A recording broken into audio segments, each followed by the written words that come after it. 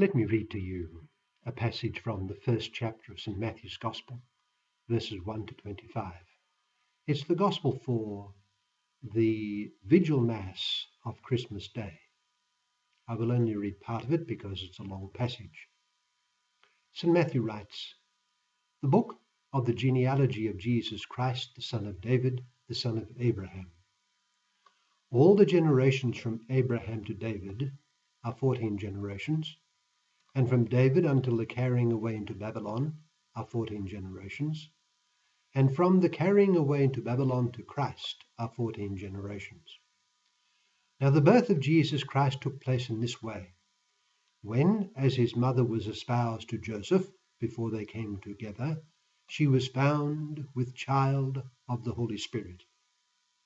Then Joseph, her husband, being a just man, and not willing to put her to shame, was minded to put her away privately. But while he thought on these things, behold, the angel of the Lord appeared to him in a dream, saying, Joseph, son of David, fear not to take Mary as your wife, for that which is conceived in her is of the Holy Spirit. And she shall bring forth a son, and you shall call his name Jesus, for he shall save his people from their sins. Now all this was done that it might be fulfilled, which was spoken of the Lord by the prophet, saying, Behold, a virgin shall be with child, and shall bring forth a son, and they shall call his name Emmanuel, which means God with us. Then Joseph woke, and did as the angel of the Lord had bidden him, and took unto him his wife. And he knew her not, till she had brought forth her firstborn son, and he called his name Jesus." That's from Matthew chapter 1, verse 1 to 25. Parts left out in my reading of it. You know, the idea of someone being a son of God was not at all new in the ancient world. Indeed, various famous personages had aspired to the title as part of their possession of power and position.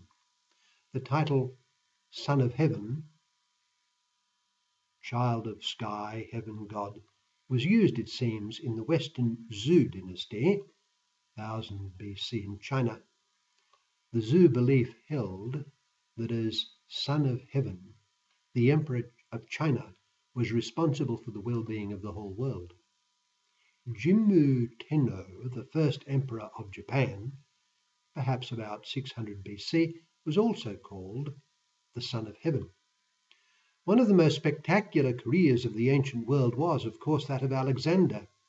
His extraordinary achievements at such a young age, together with his sense of destiny and the flattery of many, gave him delusions of grandeur and a great desire to master the world.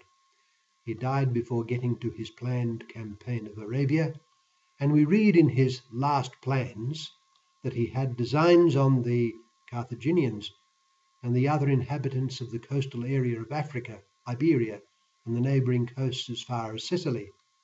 They would not have stood a chance against Alexander. The inspired author of the first book of Maccabees tells us that he advanced to the ends of the earth and plundered many nations. When the earth became quiet before him, he was exalted, and his heart was lifted up. Chapter 1, verse 3. Indeed, it seems that he got to the point of seeking to be regarded as a deity. The oracle at Siwa confirmed to him that he was a son of Zeus, and he began to identify himself as the son of Zeus Ammon, which may suggest he had come to regard himself as a demigod. I have heard it said that his old teacher and fellow Macedonian, the great Aristotle, was scarcely impressed when news of this reached him. Alexander was not the only ruler to aspire to such transcendent status. After his assassination in 42 BC, Julius Caesar was formally deified with the title Divus Iulius, not the word Deus. He was not installed as one of the perpetual gods, but one who had become godlike, although the distinction was probably lost on the populace of the empire. Augustus called himself Divi Filius, and by the end of the 1st century, the Emperor Domitian was being called Dominus et Deus, Master and God. Emperors began to be worshipped, which suited them down to the ground, as we say. We remember that when Pilate, perceiving Christ's innocence and the jealousy of his accusers, was told by the Jews, as John, the Gospel of St. John calls them, that Jesus had, and I quote, made himself the Son of God, he was the more afraid and said to Jesus, "Where are you from?" John chapter 19, verse 7 to 8. He may have been getting scared at what he was getting into, with the plainly just one standing sovereignly before him. But self-interest won the day. All of this brings us to our gospel passage that I read earlier from Matthew chapter 1, verse 1 to 25, as we enter the Christmas season. Pontius Pilate was in the presence of one who was self-evidently a man. He was fully human, but not only human. The Christian testimony as given in the Gospels is unambiguous. Jesus Christ is of the house of David, a descendant of Abraham, and indeed is a child of Adam, as we all are. The young and battered Alexander, at the top of his earthly pinnacle, and with ambitions for future conquests undimmed, presented himself as a demigod. He was not now a mere son of man, but the son of Ammon Zeus. Jesus Christ, a child of the Hebrews, referred to himself constantly as the Son of Man, alluding to his full humanity, for example in Ezekiel chapter 15 verse 1, and to his messianic identity, as in Daniel chapter 7. But in this Son of Man, the world did not have one who had gained a divine standing by decree, like supposedly the greats of this world.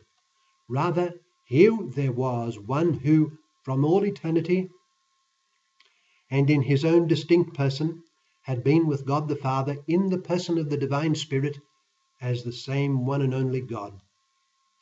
As we read in the first chapter of St. John's Gospel, in the beginning was the Word, and the Word was with God, and the Word was God. But then the Word became flesh and dwelt among us, full of grace and truth.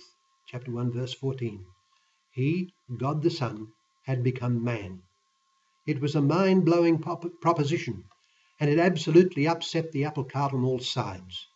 The Jews of St. John's Gospel would not have it, nor would the empire in due course.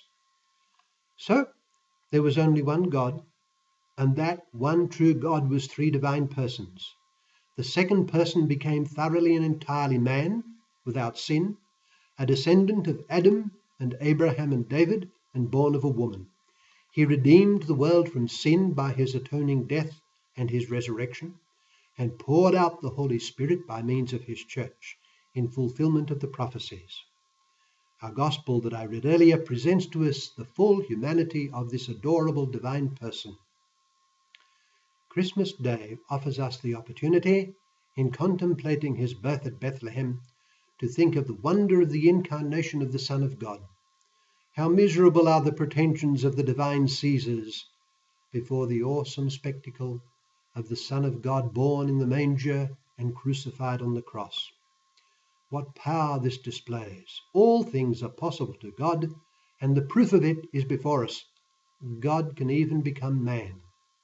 He can even die a human death and save the world from its hopeless condition of sin and take us through love and grace to holiness in him. Let us rejoice in the incarnation and in the fulfillment of God's saving plan as presented in the Holy Scriptures.